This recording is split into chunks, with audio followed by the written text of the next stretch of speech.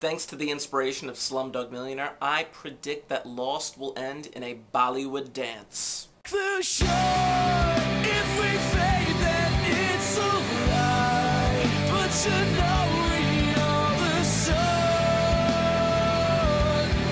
and we'll walk. This is Lost Thoughts, episode 11, entitled Whatever Happened, Happened.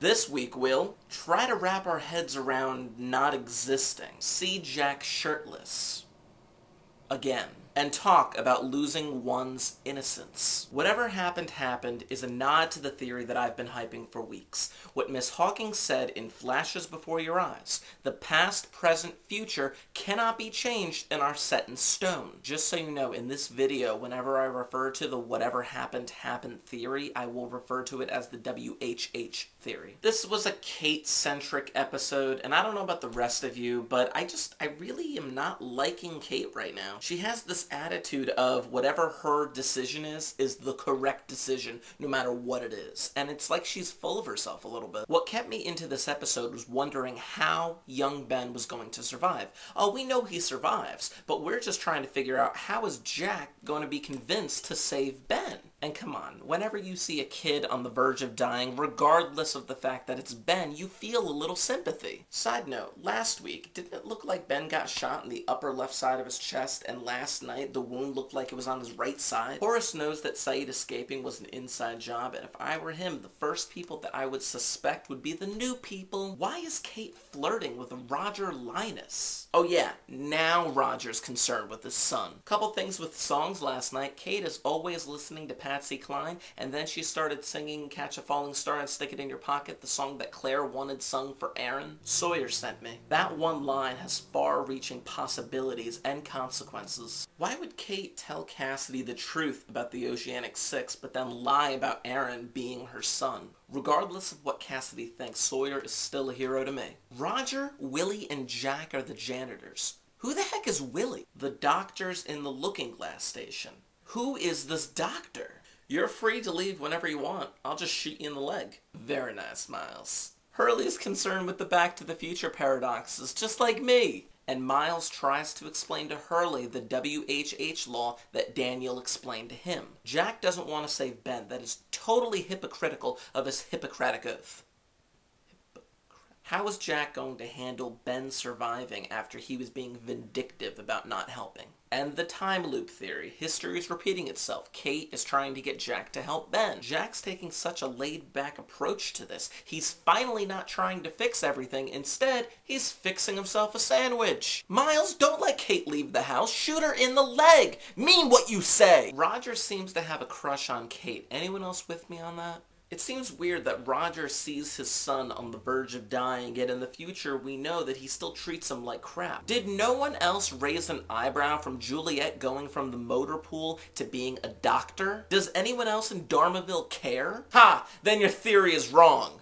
This conversation between Miles and Hurley is exactly what goes on the message boards when people are debating each other. If all of this already happened to me, then why don't I remember any of this? Say that again? It's the best conversation ever. But in the end, this conversation is just a device by the writers to explain to us the rules of the WHH law. Young Ben will survive because this is his past, and in his future, he's still alive. Hurley could die in the past because it is his present, despite the fact that his past takes place in the future. It's all relative to when you are in your life and the events you experienced, rather than when you are in the timeline. The lost timeline will be paradox-free. But then Hurley supposedly trips Miles up by saying that Ben doesn't remember being shot by Saeed when he's tortured by Saeed in the future. But by the end of the episode, this is supposedly explained. But who knows? Maybe there's something they can do. Totally did not see the others coming into this episode. Is there any significance to Aaron changing his mind from milk to juice in the supermarket? This leads to a theory.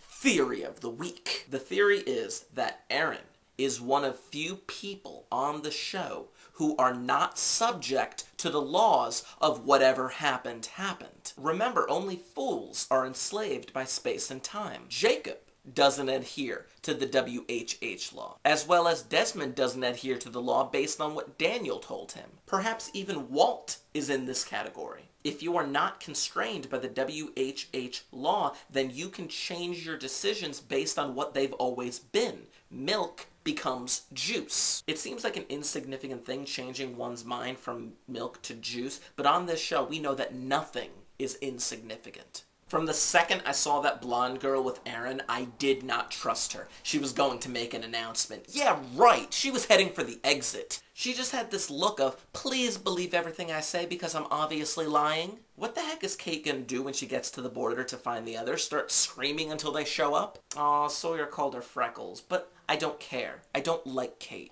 Auntie Kate. So are we to assume that Cassidy and Kate have been friends since their first meeting after Kate got off the island?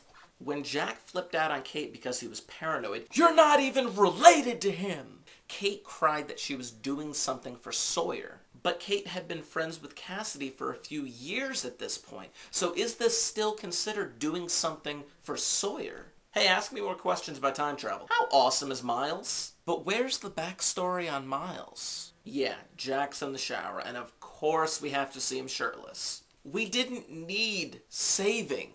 What an emotional statement by a fantastic actress. Why did Jack come back? Because he was supposed to do something. What was he supposed to do? Obviously not to save young Ben like we all thought he would.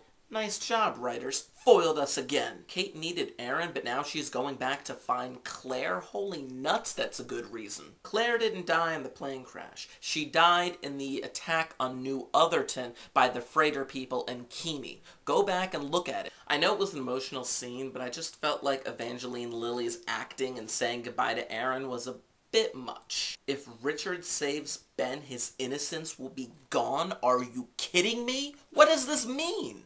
Is the island gonna throw him a bar mitzvah so he can become a man? My prediction about Charles Widmore being on the island was correct. The other that warned Richard that he should talk to Ellie or Charles before helping Ben, that proves that Widmore is on the island. My next prediction, Penny and Daniel are twins separated at birth. Maybe it's like a modern-day Romulus and Remus. When Richard pushed open the door to the temple, oh my gosh, I was flipping out. Fantastic, creepy, and a little queasy ending line of, "Hello, Ben, welcome back to the land of the living." Next week, we're gonna find out that Ben came back to be judged. Let's jump into question of the week. Since he didn't save Ben's life, for what purpose did Jack return to the island for? Silly answers are preferred, and serious answers are encouraged to be debated.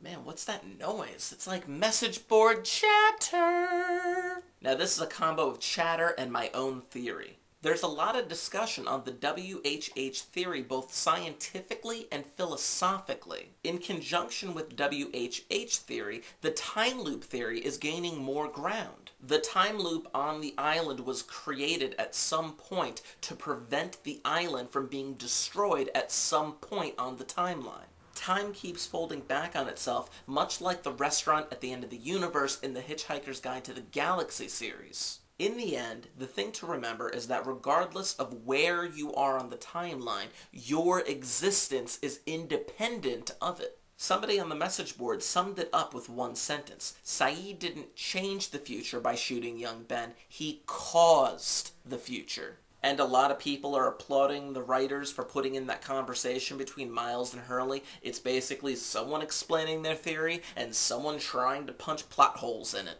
And finally, someone came up with the idea that when Ben told Jack that he was born on the island, he wasn't actually lying. If Ben had no memory of things before he lost his innocence, then the first thing he remembers is being on the island. And if Ben doesn't remember anything prior to losing his innocence, then theoretically he doesn't remember Annie. Ben looks longingly at the birthday present that Annie gave him of the carved piece of wood, but we don't know that Ben recognizes it, because he doesn't say anything about it. Next week's episode is called Dead is Dead, whatever that means. Now, are we going to get some Bollywood dancing in this, or what?